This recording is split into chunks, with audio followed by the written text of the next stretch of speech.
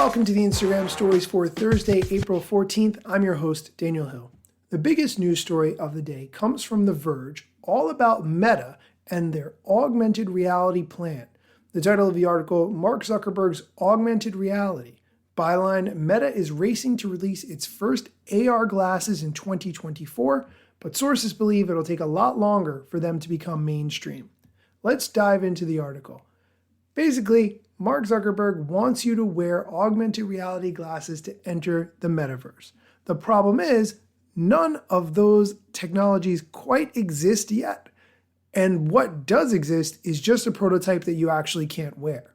However, here's a quote from a former employee who worked on this AR glasses project. He said, quote, "Zuck's ego is intertwined with the glasses. He wants it to be an iPhone moment," end quote.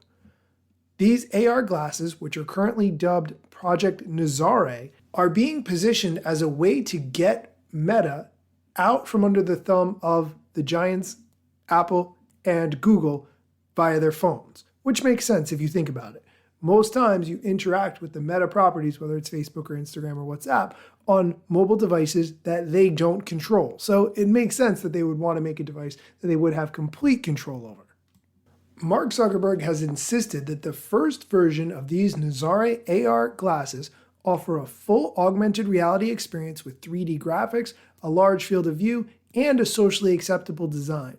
The team originally hoped for it to boast a 70-degree view of field, which means how wide your vision would be. 70 degrees is wider than anything else that's currently on the market from Snap or any other augmented reality glasses company, but it's likely that they're not going to be able to meet these goals anytime soon.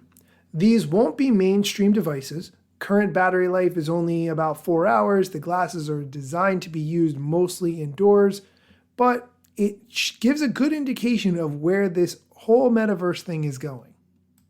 We're going to take a quick commercial break, but when we come back, we're going to talk about the most futuristic aspect of this product that The Verge is talking about. Be sure to stick around.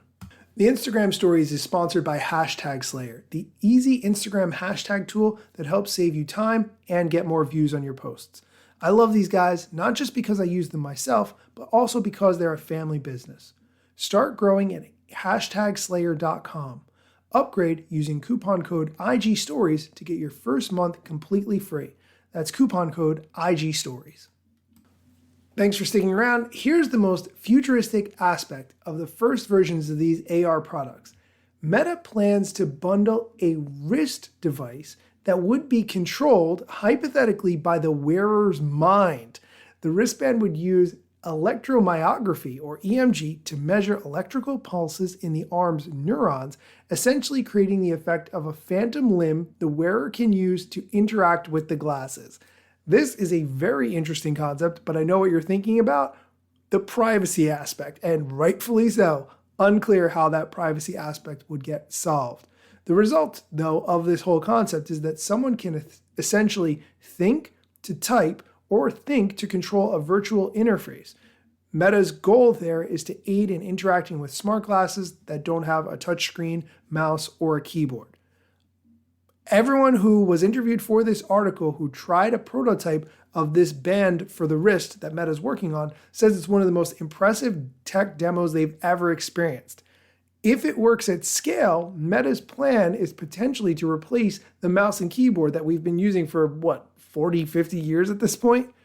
The focus has been on getting this EMG to work through the display and other tech built into the wristband.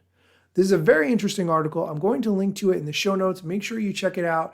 It's worth reading. If you have any interest in the metaverse and you've been wondering where this all is going, I think this is a very interesting concept and glimpse into the future. That's going to do it for today's show. Be sure to come back tomorrow for more Instagram news, strategy, and tips.